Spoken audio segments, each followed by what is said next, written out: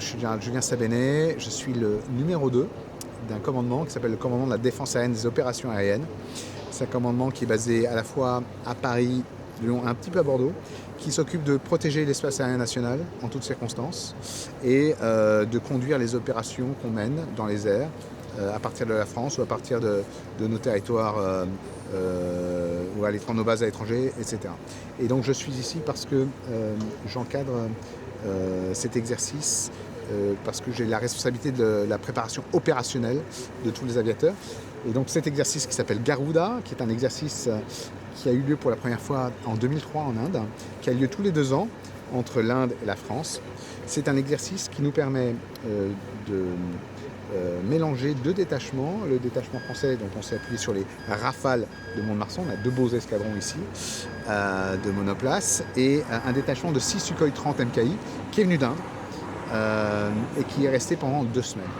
Et le but, c'est d'apprendre côte à côte, d'échanger les bonnes pratiques, d'être confronté à un autre environnement pour eux, pour nous à un autre matériel, mais en fait c'est vraiment d'apprendre à travailler main dans la main dans des scénarios tactiquement complexes qui pourraient être les scénarios de demain, car il faut être prêt en permanence face à tout type de scénario.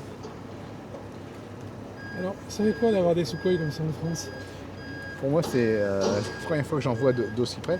C'est des avions impressionnants par leur taille. On les a comparés par rapport au Rafale. Alors, la taille ne fait pas tout. Bon, on voit que c'est des Sukhoi indiens. Hein. C'est-à-dire qu'ils ont une électronique particulière qui est vraiment adaptée aux besoins indiens.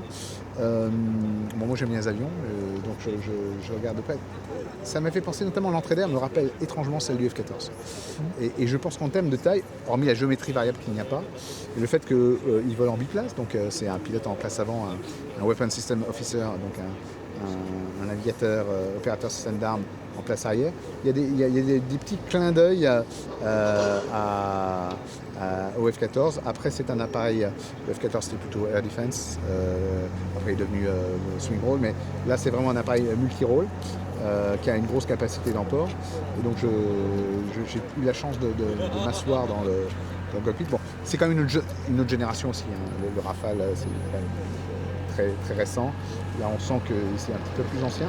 Mais l'idée, ça n'est pas de comparer pour dire qu'il y en a un qui est meilleur que l'autre, c'est de dire comment on va travailler les uns avec les autres en s'appuyant sur les atouts de chaque machine. Chaque machine a des atouts qu'il faut maximiser. Et lorsqu'on est en équipe, ce qu'on appelle Large Force Exercise Employment, c'est-à-dire qu'on est dans le même raid, il y a des Sukhoi et des Rafales qui travaillent côte à côte pour atteindre les objectifs.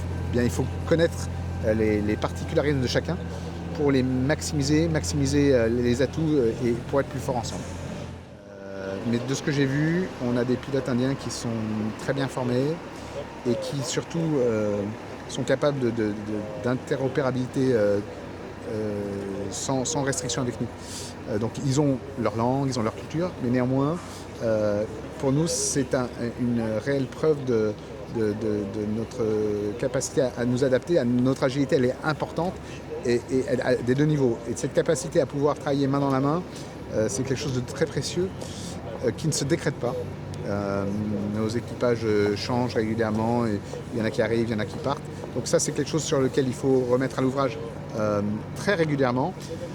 Mais on voit qu'il y a une interconnexion qui est de qualité, une proximité, des liens forts, et je suis ravi de voir qu'ils repartent enchantés, et nous on aura appris beaucoup à leur côté, et j'espère qu'on pourra partager avec vous les quelques images qu'on nous a montrées ce matin.